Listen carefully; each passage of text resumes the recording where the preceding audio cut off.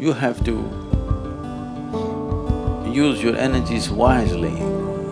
You will develop so much of personal power within yourself.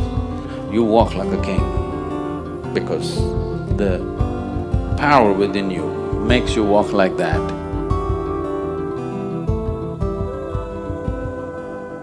How far a human being goes in this life, materially, spiritually, or in whatever dimension, essentially depends on with how much energy he can crackle. Yes. There's a whole lot of people with lots of energy, but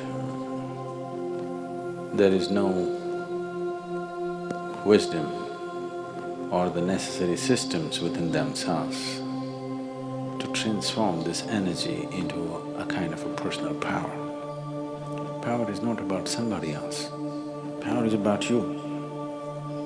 How much of a potential power you are determines the intensity and profoundness of your life and how effective you will become in your life, in whatever area we choose to operate.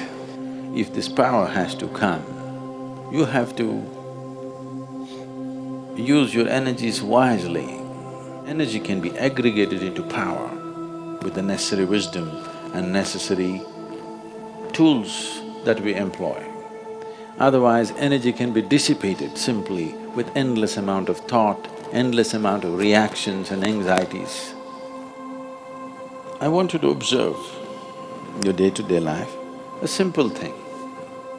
Just let's say, how many words do you utter in a day? You never counted? Oh, you should. You should. Just make an estimate tomorrow, from morning to night, how many words you utter.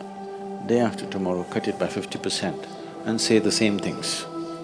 You're not cutting off communication with people. You're still communicating, but with 50% of the words. Your language skills will improve for sure. And you will see, you will develop so much of personal power within yourself. See, there is scientific evidence to show at least 20% of your energy right now, as you sit here in a restful state, is being consumed by your brain. If you bring this down, that your brain is not unnecessarily fluctuating and, hopping mad all the time. If it learns to be still and do only what's needed, an enormous sense of personal power will develop.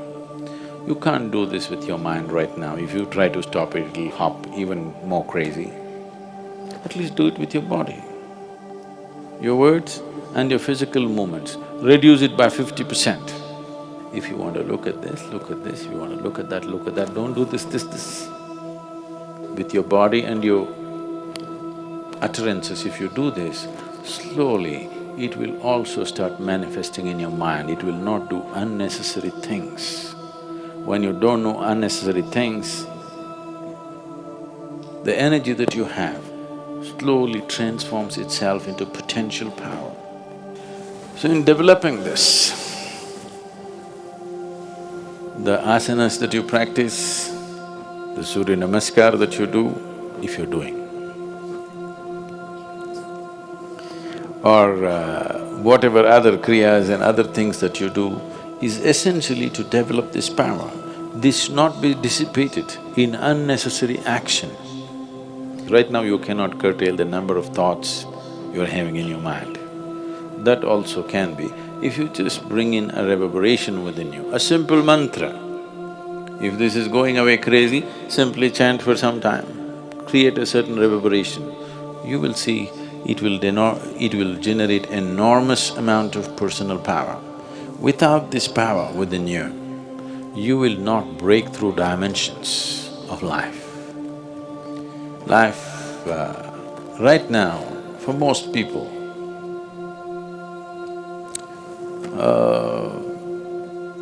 divine is just a scriptural dictum. It is not a living experience in their life.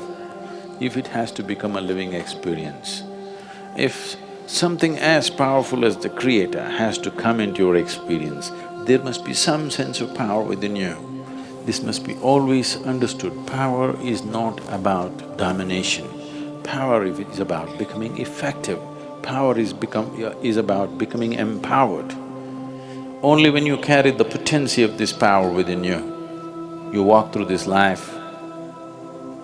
It doesn't matter where you're placed in the society. It doesn't matter financially where you are, materially where you walk like a king because the power within you makes you walk like that.